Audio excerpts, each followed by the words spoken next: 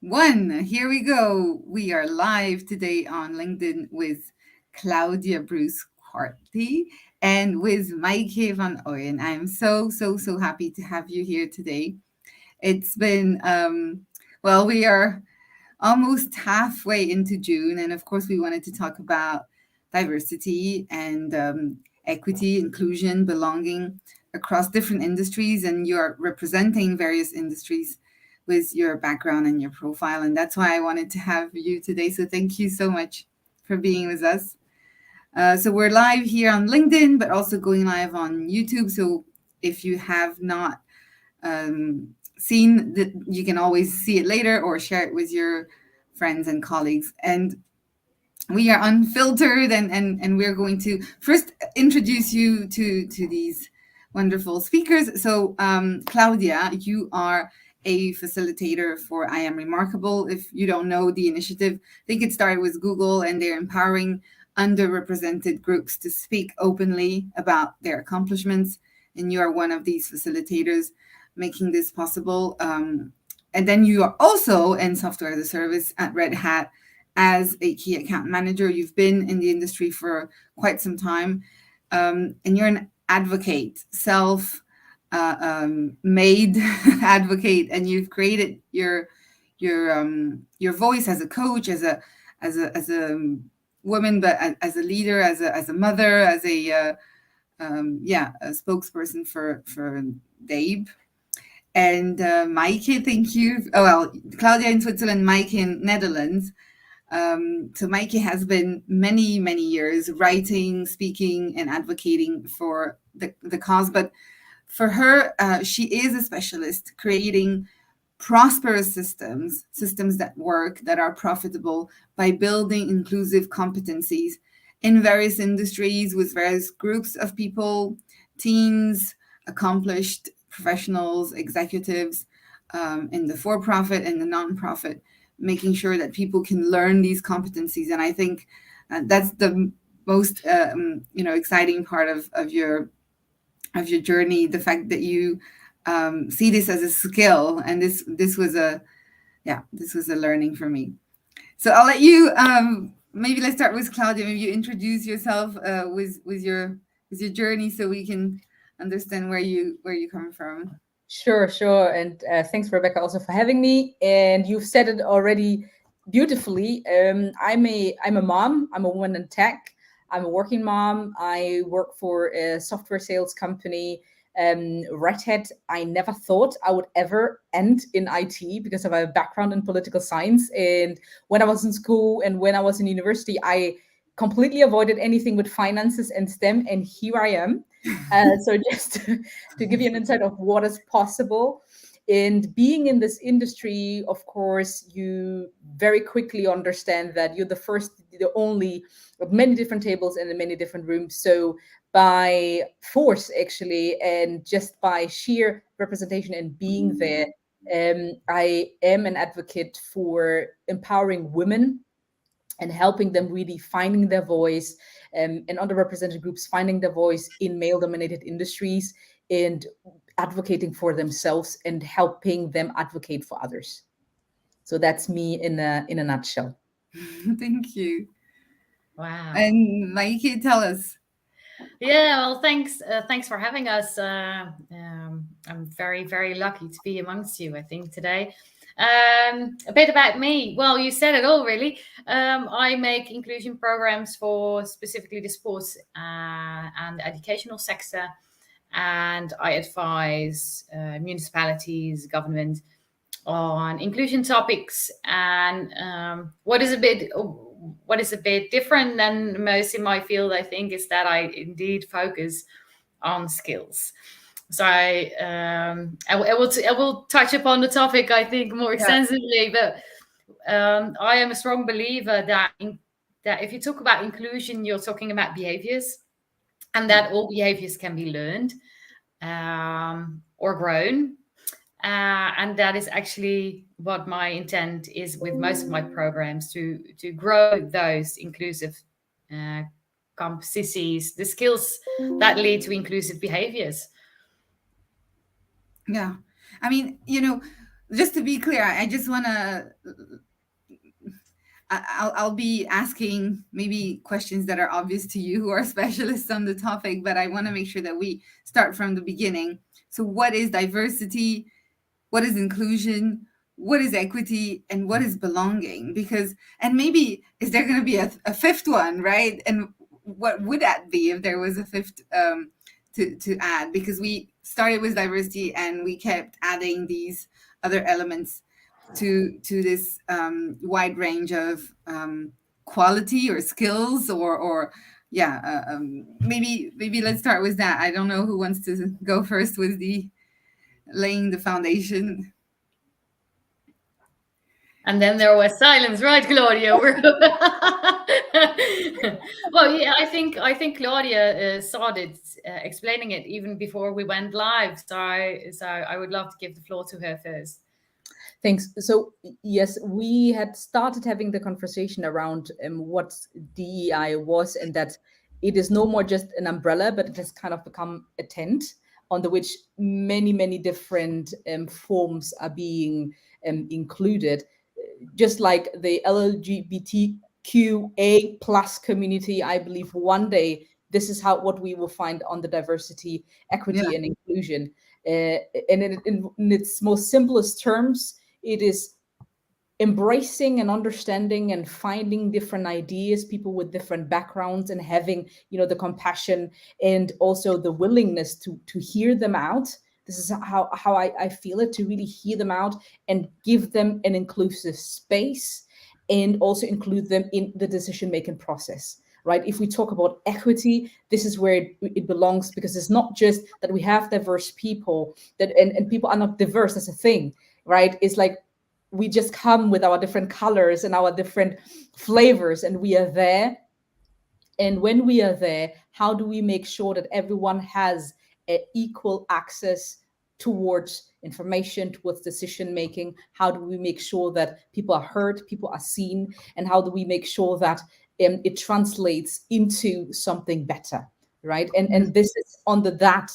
There are still forms being created. There are still forms that we have not seen yet. Still different communities that we have to include that might not have been included yet. So I believe it's a term still in development. Mm-hmm. Yeah, I think you put it so nicely, in the sense that when we're looking at our field, and I think it's a subject many of us often touch upon.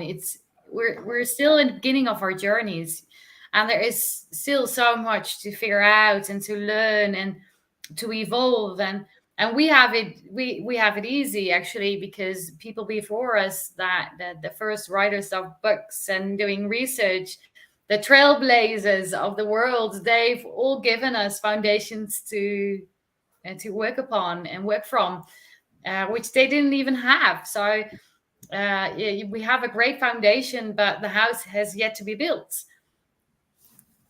That's true.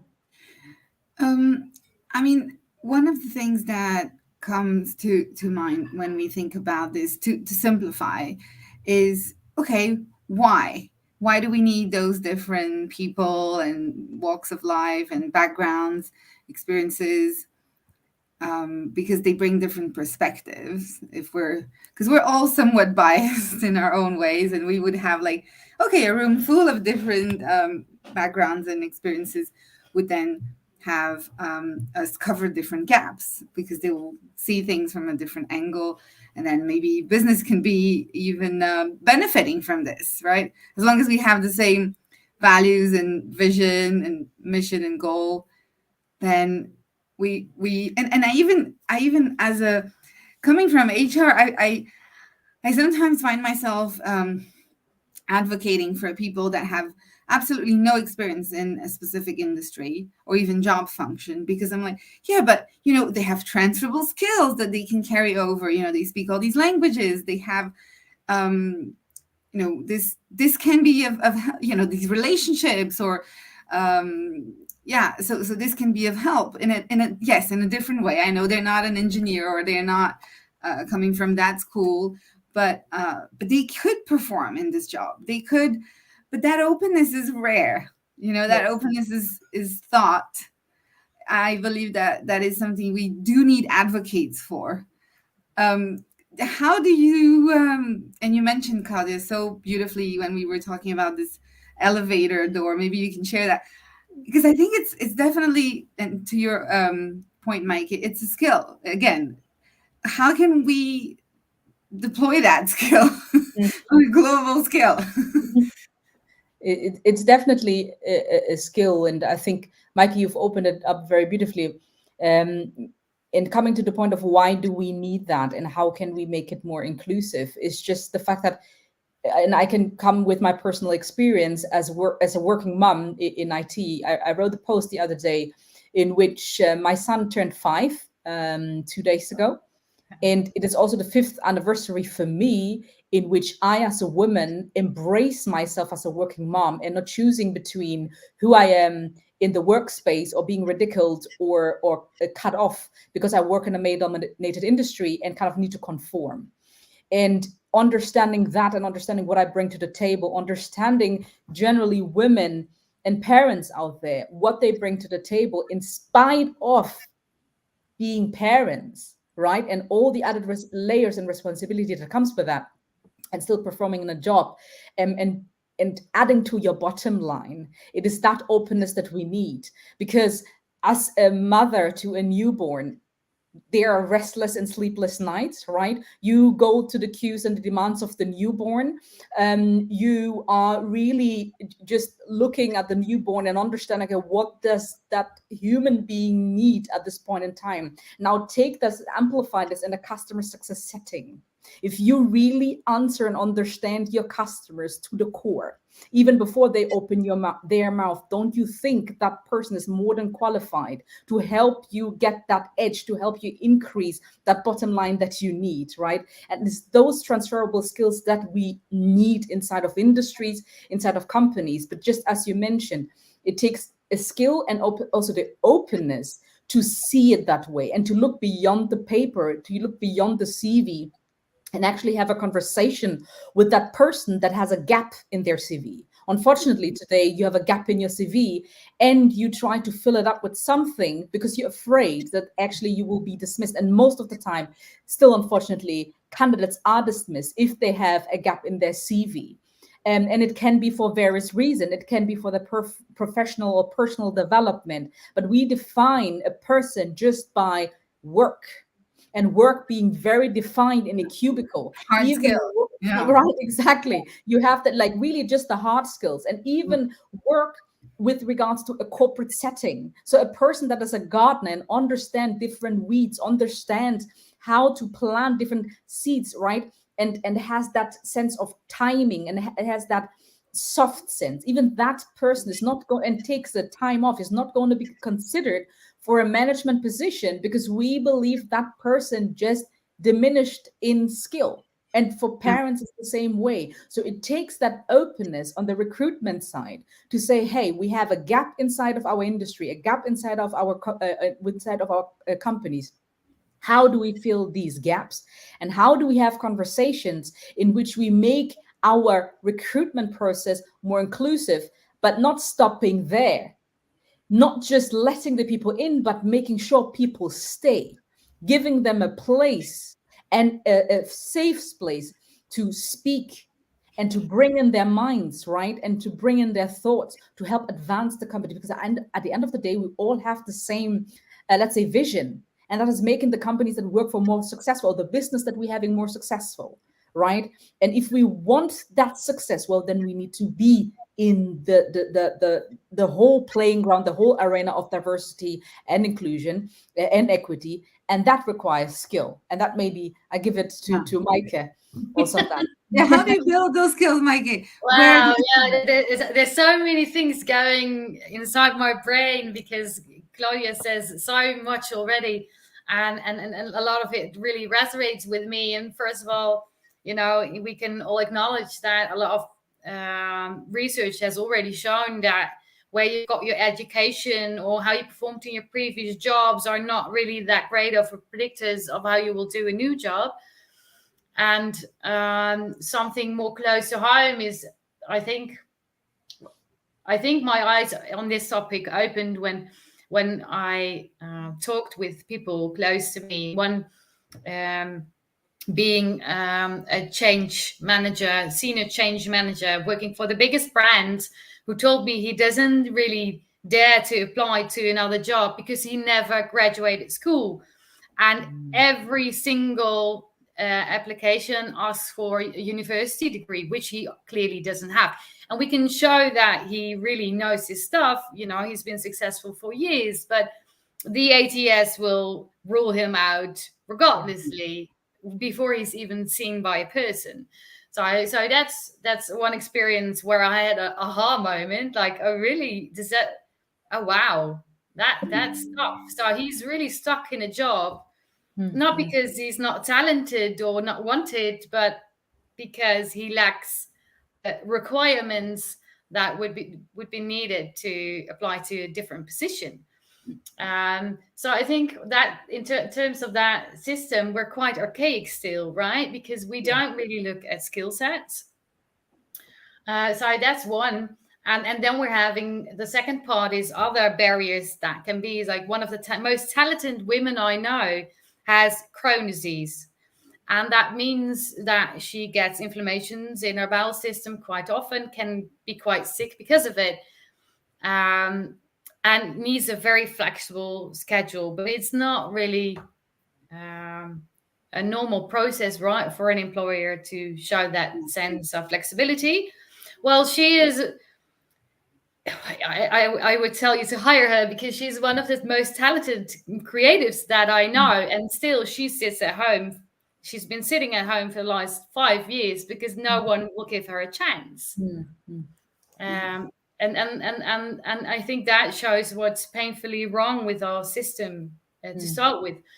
But to create, and that's the bridge right there, to create systems that are truly inclusive, to create systems that provide equity, we need inclusive skills, you know, and that means that we need to be able to understand where someone comes from, to be attentive to all the identity markers one can hold within them, because we're, you know, we love to compartmentalize everyone, put them in neat boxes, and that's that. But we're humans, and we're crazy complex beings, and that's what makes it so exciting. And our fields, and I'm sure you will agree, is no different.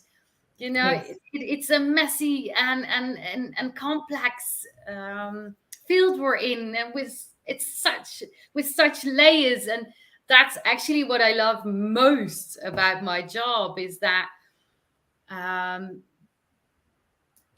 think the challenge is to be aware of all the identity markers and to create systems that work for all the identity markers. But there's so much richness coming from the uniqueness, every person, every experience, every perspective that we can gain. I wanted to mention, I was sitting with this executive in the pharmaceutical industry, and he said, oh, you know, for me, I consider myself to be an ally. And he's a, you know, tall European male, right, in a good industry and a good job. So when I talk about my wife, I don't say my wife, I say my partner, so that anybody who doesn't have a wife can easily jump into the conversation and feel it's okay to share.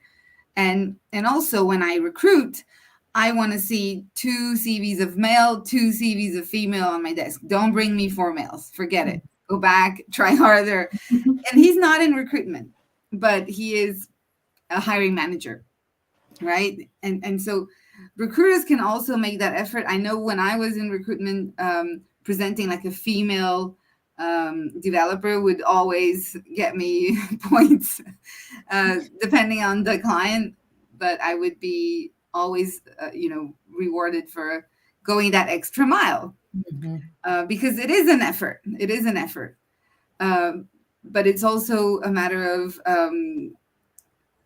it takes a little bit more time.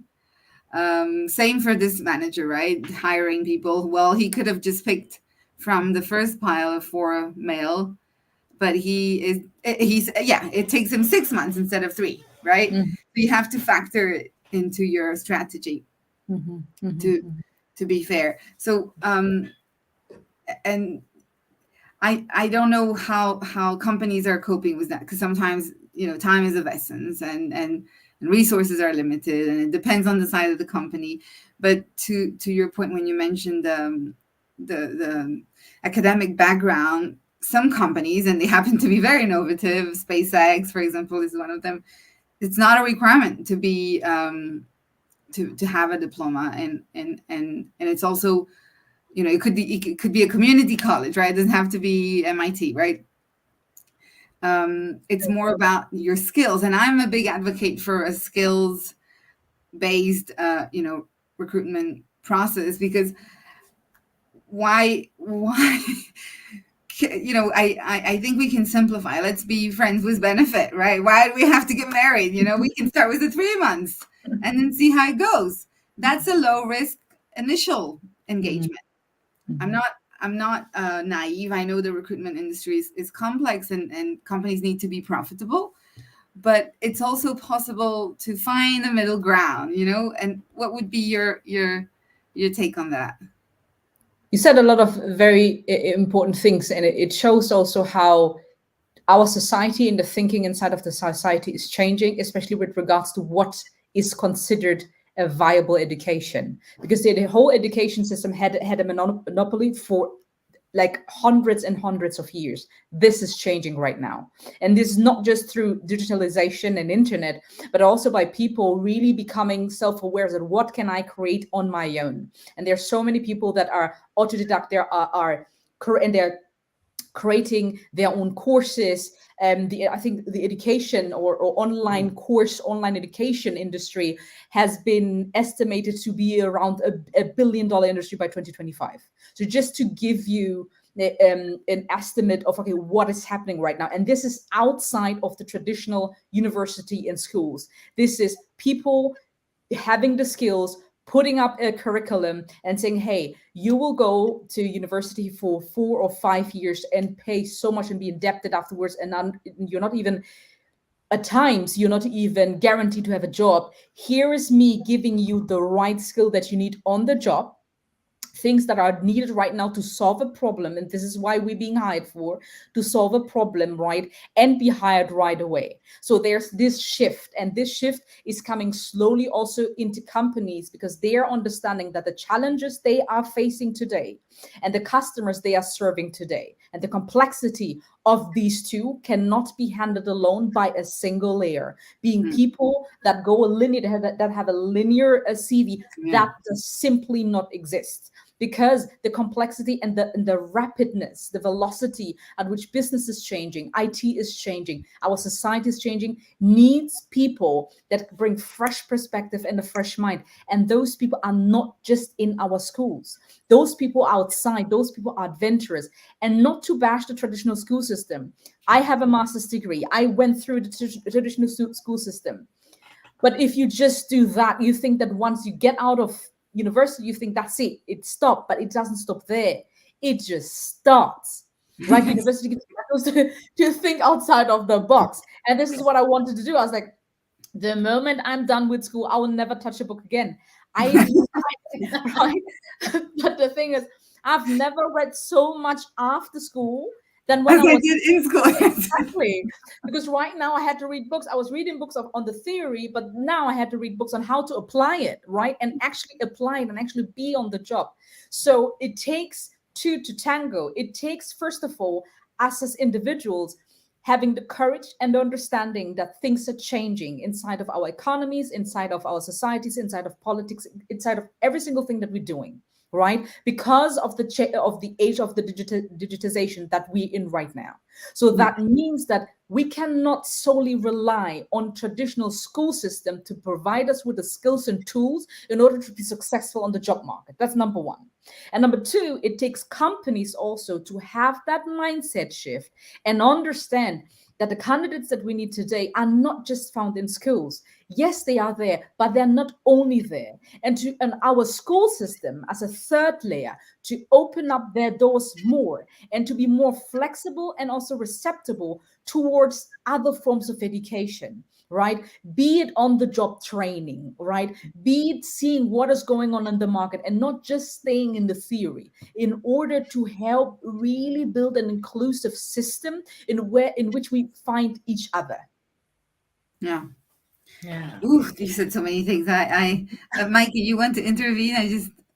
Yeah, there are so many things that pop to mind then always, but no, I think she said it beautifully, and the only thing is I'd love to add on that it's not only about the educational factor, it's also about I don't know how it is in Switzerland, but in the Netherlands, for instance, they also look at the size of the company you come from, so the company size you work for, which to me is still bananas, because it might make it easier because you know the political system within a larger organization, but it doesn't mean you can't be successful in a large organization if you only have SME experience. And then we have still those archaic images in our mind that for a leader to work, you need to work 60 plus hours. And who says it can't be done in 40 or even Especially doing now with 20 AI. with someone else? You know, we're stuck in such old-fashioned patterns that we are. It's like a safety blanket we can't let go of, it seems sometimes. Yeah. But I really think it's time to put COVID away that came safety to blanket. disrupt a lot of that. Yeah, definitely. Yeah, it's so interesting because I was looking at this school. They are present in Thailand and in Spain, and they just teach you like 3 months. You get the skills to be a developer, UX, specialist, or a web designer, because it doesn't take 4 years. Let's be real. And then they pair you with startups. They have like a sort of little in-house incubator, or maybe it's a big one. I read briefly, but I thought, what a great model. Like if I was growing up right now, that's the kind of university I would go for. Because yeah, we spent a lot of time in school and maybe socializing more than we needed to at that point to acquire the skills that we acquired coming out of school. And like you said, I think I read a lot more after school than I did while in school, because that's one thing that in this day and age, relationships can be really optimized. Employers can also be savvier and faster with the selection process. Let's be honest. I mean, we don't need 8, 9, 10 rounds of interview for nothing. That's just an absolute torture.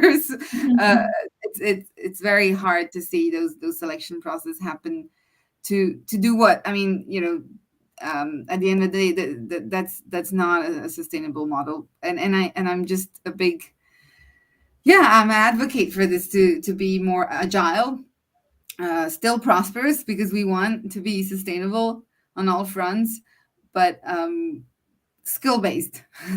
Yes. Yeah.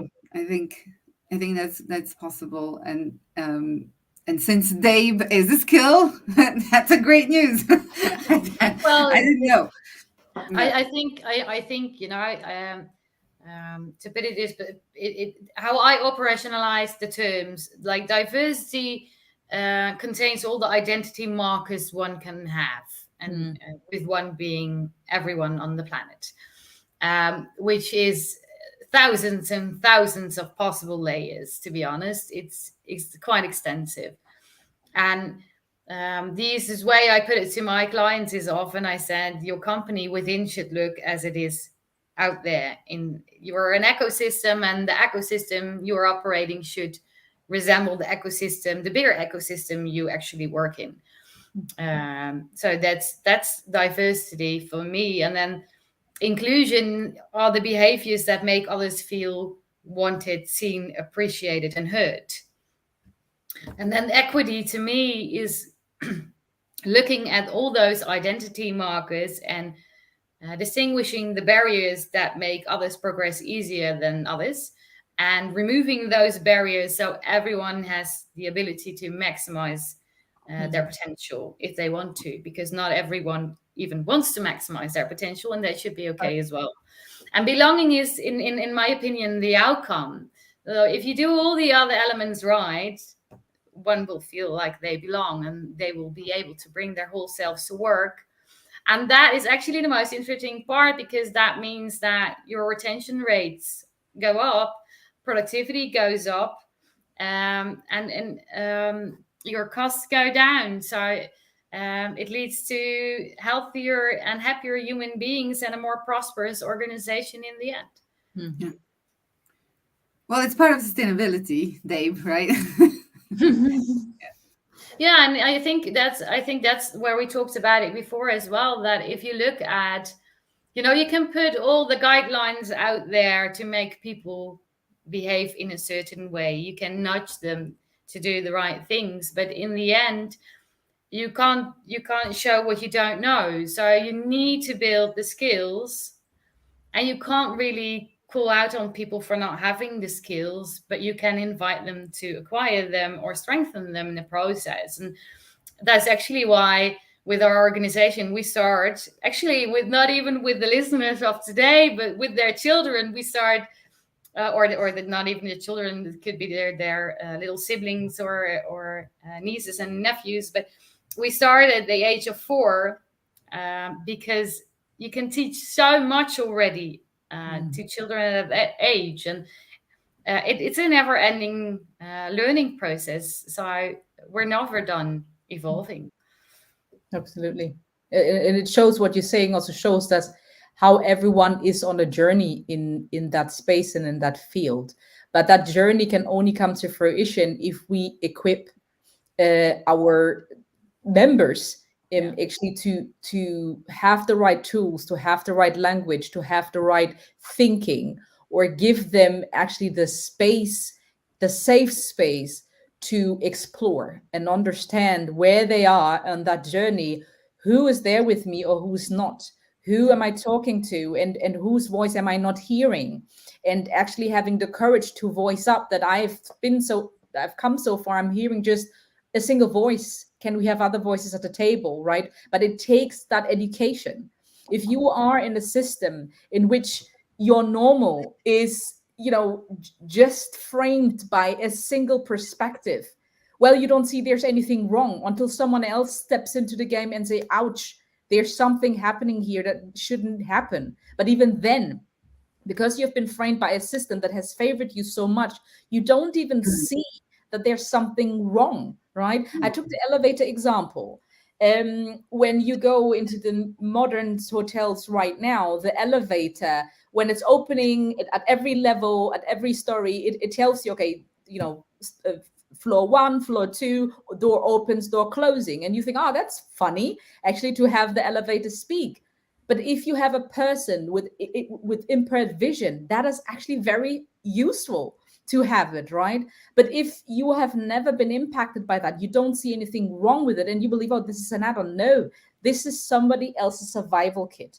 And until we get to that point to understand that where I thrive, someone else is still failing, and I don't have the automatic mechanism to chip in and say, hey, I'm thriving, but let me think, maybe it is not working for someone.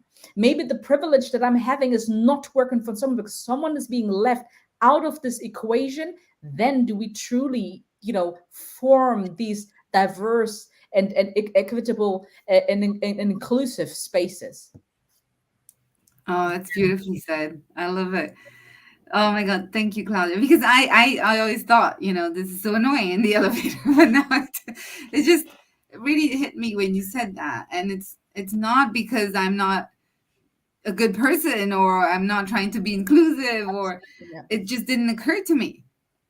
And I think, but what can we do to help occur to people? Is it telling our stories? Is it being like, yeah, I left at 3 p.m. because my kid is, in sick, and I am really, really worried. So I know you don't have a kid, but if you did have a kid, you would feel this and that, and you would have all of these issues with your health insurance and all these spendings for treatments, and by the way, my kid has, I don't know, special needs on top of that. So whatever else, right? And, oh gosh, now I feel stupid for even thinking that it was too early. No, you shouldn't even come to work, like, so I think people don't necessarily speak up about their stories. That could be a start. Yeah. They don't, because they're afraid, and that's the point, because so far, especially in a work setting, whenever you share your story, or you share, like, you need to fit onto a single sheet of paper, and you need to tick the box. That this is so far how it has been, right? Right now, or actually never, it has been like that, but we made it so that human beings, you fit into that single paper, and let me tick the boxes, and everything else is regarded awkward. And if you cannot fit into the box, and if I cannot control you, and if I cannot measure you, well, then you're not productive for me, even if that does not reflect who you are, right? A person that has to leave for work at 3 p.m. or 2 p.m. to take care of a sick child doesn't mean the person cannot work, doesn't mean that person's are productive in the end. And who determines that, sense of productivity? Exactly. So it takes us on redefining what it means, right? And redefining also that if someone leaves the job early, don't ridicule the person. Give people the sense of belonging, that I can safely share what is going on behind the scenes. If I come to work and I didn't have a night's sleep because I have to take care of someone, or someone depends on me, or I don't feel well, can I share this at work? Because at the end of the day, you want me to be productive. Well, how come that if I'm good in health and mentally, I am regarded the best employee, the employee of the year. But whenever I am having a downtime, well, someone else should deal with it. I don't understand how companies don't at times come to the realization that, well, maybe it started there, because we spend 2/3 of our time inside of organizations. So maybe being sick started there. And there's a correlation between the two. So what can we do as an organization to make sure that our employees are well kept, well fed, right, are thriving inside of the organization? And if an employee comes to you and says, well, I think there are layers that are causing me to feel anxious about something, or I don't feel safe, well, what can I do in order to help transition this employee to be their best self again? Or, well, Maike, what is a safe ecosystem? What is a safe workspace? We talk a lot about that. We hear it. That's actually a good question, and I think it also depends on the area you're at, in the sense that this is something that is being defined culturally, at least in part, right? So depending on the culture your ecosystem is in, the definition might differ or change. But yeah, I think there's several things that spring to mind. One is covering. We know that over half of our workforce covers, and that's only concerning the passing privilege. And passing privilege is no more than things you can hide, because if I don't have any legs, I won't be able to hide it pretty well at work, right? No. It shows. If my skin color is dark, it shows. If I'm really old and wrinkly, it will show. So there are elements that you can't hide. They're always very present. They're visible. And then there are elements of our identities that we can actually cover. And then we're talking about mental health. Then we're talking about chronic illnesses. Then we're talking about our sexual preferences, et cetera, et cetera, et cetera. And covering those are actually bad for our health and bad for our productivity, because it takes a lot of energy out of your day if you have to be keen on what you told and what you say, what you don't say, how you say it, et cetera, et cetera. When you take your medicine when no one else is at the toilet, it can be so many things, but it's very tiring.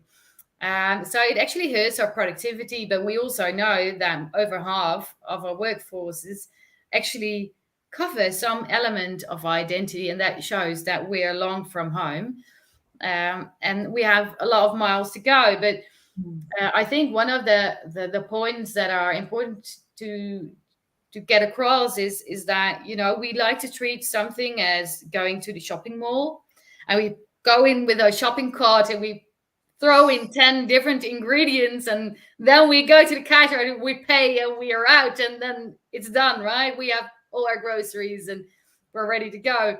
No more work needs to be done. But inclusion, in truth, is really a marathon and not a sprint. It's not something you can buy at a grocery store and be done with it. It needs work, and you know, it's like any skill, to do it well, to master a skill, you need flying hours. Yeah. You know, it's not a coincidence that we don't hand out like driver licenses with a carton of milk. Because if you start driving from the get-go, you won't be able to see what happens around you. You need time to build your skill, and to be able to be aware of what happens in your surrounding, and to maneuver and to interact with your surroundings. And inclusion is just that. You know, you need to give your workforce the time to build on their skills, to be able to make mistakes, because that's another important element. You need to feel safe to fail, and you need to be able to celebrate and learn from your mistakes, not hide them in the closet, because you know it will cost you your bonus or maybe even your position. Other elements is being able to be vulnerable, to be open about how you feel and what you feel. But in the end, there is, you know, if we're talking about the inclusive competency, it obtains so many different skills. It's actually different skill sets. You know, you need empathy, you need perspective taken, you need respect for duality. You need to know who you are as a person and be aware of it, because you will respect others' opinions easier if you're feeling secure about your own. You need to know how to speak up, which Claudia will be able to explain in much more detail than I can in such a short time, probably, because that's what she does. That's what she embodies, right? Self-advocacy for people who need it most. So, but there are so many layers you can attend to, and work upon. It will take years to do so. I heard on a podcast yesterday, I was listening to, it's called The Diary of a CEO, and he was talking about AI and how, you know, what is AI? Let's start, what is intelligence? And then he was saying, you know, intelligence is really absolutely being self-aware. And, you know, we know that self-aware people are intelligent people and vice versa. And is there an element of Dave that ties into, you know, smart organizations will be more diverse, inclusive, or is there an element of that, or do you think that that we're all exposed to being biased? No, of course we are, but I mean to not being, you know, inclusive and to not actively push for diversity. Although I gotta say, my team is a team of women only, but we are diverse on, like, not the gender part, but at least the age, the nationalities, the backgrounds. So yeah. So that's my question for you. Do you think that the smarter the organization or the smarter the group of people, the more likely they are to be inclusive? Is there a link? I think define the word smart for Yeah. To begin with. I think and it's a given, right? Well, let's say it's self-awareness. No, that's such a personal journey that you can't really I wouldn't really say. And do you need a whole room of self-aware people to create a prosperous system? In some sense, yes, you need to know who you are to explain to the world what you want and what you need. So is it healthy to have some self-awareness? Yes. Is it important to hold your ground, hold true to your norms and values? Yes, it is.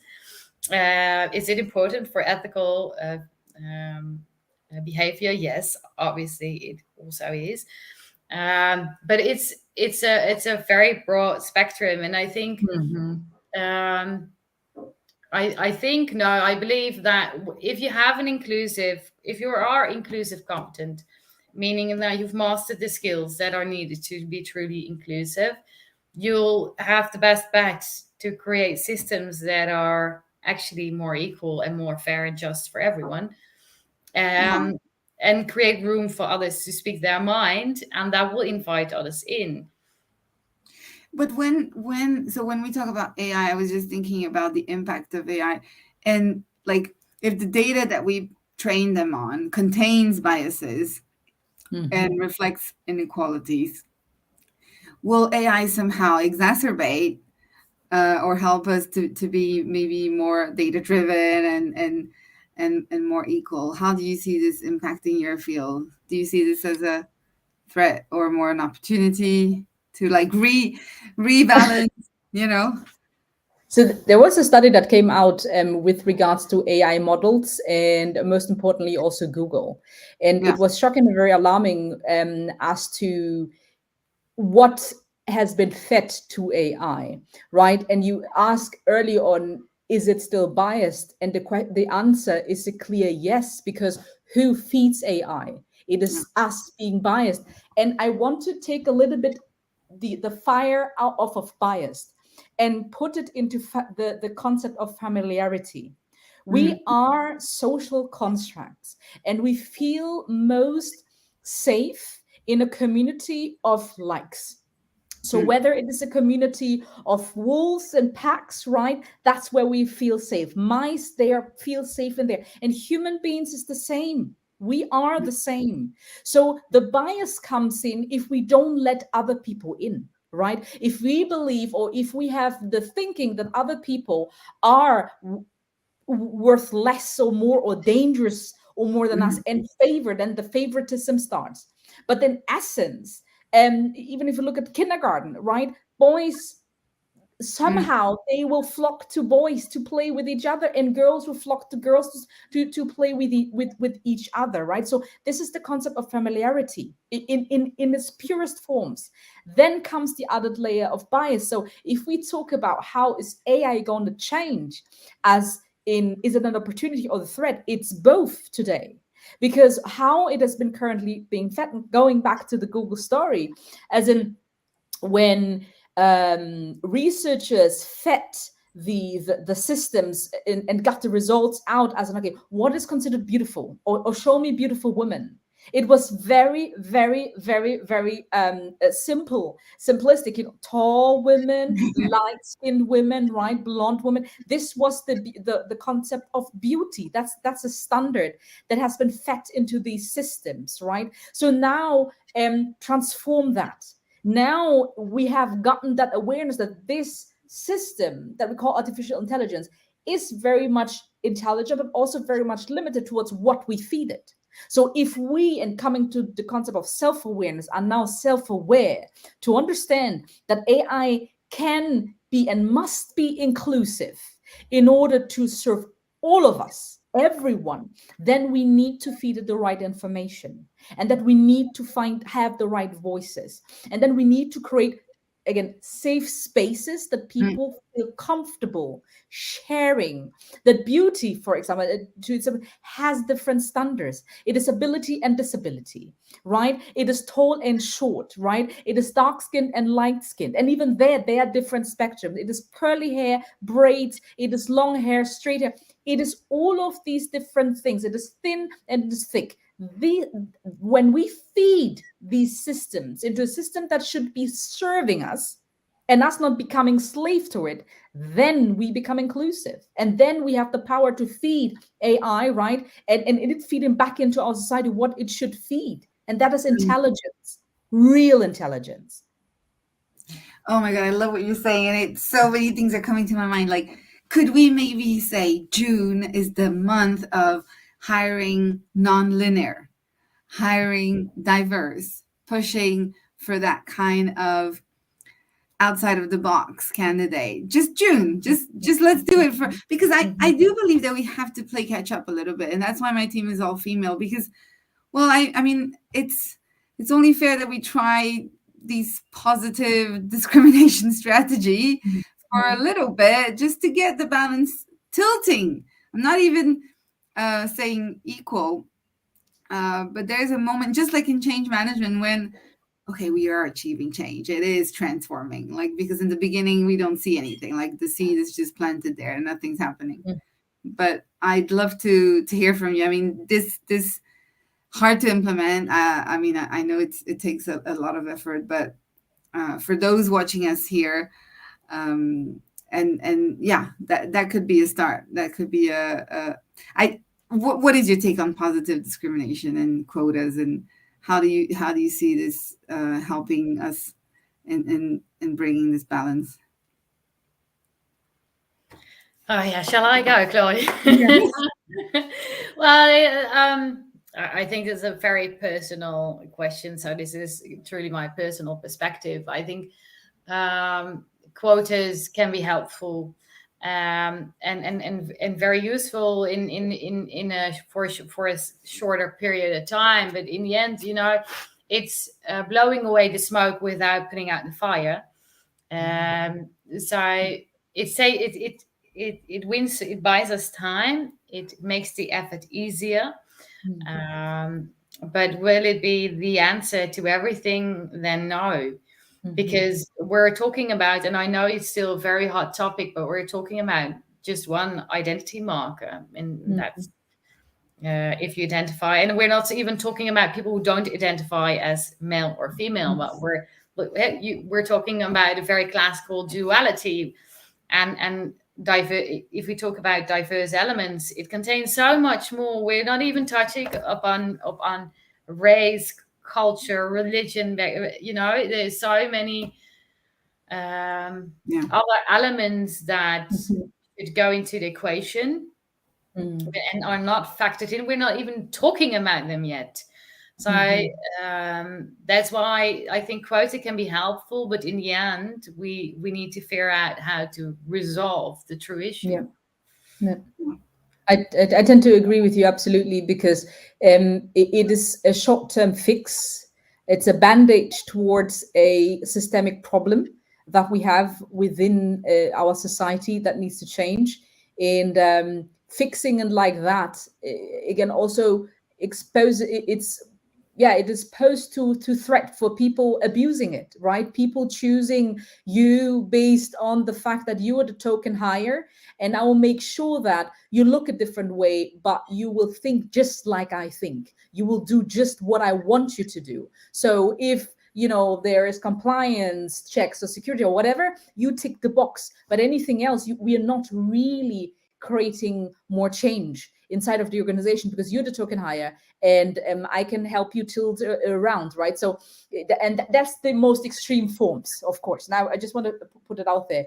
But just as you said, Maike, it is a short-term fix, and it is helping us creating more diversity inside of our organizations and creating more equity, because we are getting a better understanding of what is needed and what is lacking and what we need to do in order to retain also talent that comes in and does not, quote unquote, fit into the box, right? Or tick the box. But in the end, is that, or should that be the end goal? And the answer to me is also no. Yeah, the perfect fit is really an obsession in recruitment. That's definitely an industry that has to be disrupted. I mean, that's the one that I know best. But what would you give in terms of advice to people who are joining a new company? How can they assess, is this company going to be a place for me in the long term? Will I belong? Is it in the way people speak? If they have a certain discourse or vocabulary, and if they're politically aware or politically correct, how can you see through the greenwashing? Sometimes it is just on the surface. Is there any tip that you can give to the listeners and the viewers today? Definitely. So what I tell candidates or ask candidates to do is to have informal interviews, and LinkedIn is one of the best resources for that. So before Yeah. you go to any organization, find out first of all who the hiring managers is, but find out also people that work inside of the organization and that have roles that you're interested in, and have informal conversations, 15 minutes. Mostly I have yet to see a person that declines, because people like to talk about themselves, and ask them really what's the culture being here, like ask them the things that are really interesting and important to you. If it's professional growth, ask them around, how is professional growth being handled around here. What has been your biggest takeaway? Ask them about their experience, right? And this really gives you a flavor of people, how people show up at work, and whether people are really their authentic self and can feel safe in that environment. But also have conversation with past employees. This is Yeah. where you get the juice. And this is where you'll get to understand, okay, did I really leave, or did the person really leave because it was time, or because kind of they were pushed out, right? And I have had conversations in that, and have clearly declined certain on my journey towards applying to different jobs. I've clearly declined some companies because I found things out that I didn't want to have, right? So it is first assessing what is important to me as a candidate. What environment do I thrive in? Make a list, be vocal about that. Yeah. And then go inside of organization and understanding whether or not, they match you. And throughout the interview, when you have the formal interviews, same thing. Ask the hiring manager, right? What makes it so exciting for you to work here? Why are you here? Especially when the hiring managers have been there for 10, 15 years. It says something about it, right? So poke also inside of their CVs a little bit. Do your research to get an understanding of what this company gives and the opportunity this company gives, but also how you can bring yourself. And this helps actually in understanding whether or not this company is the right fit for you or not. Anything to add, Maike? Yeah, and well, I think she touched upon the most important part. The workforce itself, or the previous workforce, people that work there are the best sources of information, because we all tend to sell ourselves a bit, and we all play a bit of charades. We do that when we get interviewed, but the other side does it as well. So the best way to really go about it is to find that information, and you can do that via LinkedIn, like Claudia stated. Sometimes you can read body language if you go through the office. Do an office tour always, if it's possible, so you can read the rooms a bit. If that doesn't really suit you because you're not really keen on social cues, you can also see if there's a local bar or pub, if it's in your area or nearby, and go there on a Friday afternoon or on a Wednesday when they have their drinks, and listen in on the conversations. Or I've even done it once where it's actually a bit weird, but I said that they had very big toilets. So I sat there on the toilet and I stayed to listen in to the conversation from people coming in and going. And that actually told me Everything you needed to know. yeah, because they're not aware, and they're with their in crowd, and Yeah. you normally go to the toilet with the people you confide in, so Yes. you get the good stuff. It's Oh my true. God, that's a good tip. That's a good It's one. better Yeah, than that's glass true. oranges. That is a really good tip. Thank you, Maike and Claudia. Well, we're getting to the top of the hour, and we have some people congratulating us, but no questions so far. Feel free to ask your questions now. We still have a little bit of time left, but I just wanted to quote Maya Angelou. I belong nowhere. I belong everywhere. I belong to myself. If you are in a situation where you cannot move, find belonging within yourself somehow. I know it's hard to have lunch alone, and but then you can be alone and not necessarily feel that deep sense of loneliness, right? Belonging, I think it's relative. I mean, there's it's important, and I think we all seek it. Let's not fool ourselves. But yeah, I don't know what's your take on that. If you're in a position that you cannot really better at the moment, and you're kind of stuck in a difficult place. You're witnessing unfair treatments of your peers. You don't necessarily even want to belong to this, at that point, I think. Leaving, yes, but sometimes leaving is not so easy. They might be the main breadwinner, and so how to lift, a little bit like Maya was mentioning in the poem, how to belong to yourself. So I think it is important, and as I'm growing in my career, I'm finding also to be more comfortable with who I am and things that interest me outside of my work, right? Belonging is a sense of identity into, do I belong into this tribe or this community that I'm in? Do I find my identity actually there? And then I believe that I belong because I see my identity being attached to that tribe or that community. If I don't find that identity inside, what are ways that I can, first of all, create an identity outside of my work and detach myself, find that outside? Be it with friends, be it with other co-workers, be it on social, right? And understanding, okay, what are different forms of belongings that I can find in which I am comfortable with? And leaving, as toxic as certain environments are, is not always so easy. Especially if you have a certain age, especially if you are the sole brand, there's so many different layers, right? So I think it takes a vivid exit plan upon which you have to building, understanding, okay, what do I bring to the table? Who within my network can I tap into to start that exit plan, right? And not just leaving on a whim and leaving yourself vulnerable towards, different responsibilities. But then in the end, also being comfortable with who am I, and am I comfortable with myself, or just comfortable in attachment and an association towards someone because society is telling me that it's cool. It's cool to have a management title. It's cool to be the VP, but I'm miserable in my job, miserable with the people I'm seeing, miserable of how people are being treated, right? Well, if I'm miserable, can I detach myself and find an identity in which I belong? Outside of the organization I work for, and then start the exit strategy. I love that. Thank you. Anything to add, Maike? Because I think we'll be closing very soon.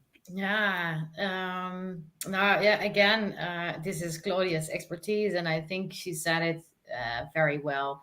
And the only other thing that you can try, but that is really on a personal note, is we're social animals, so we like to connect.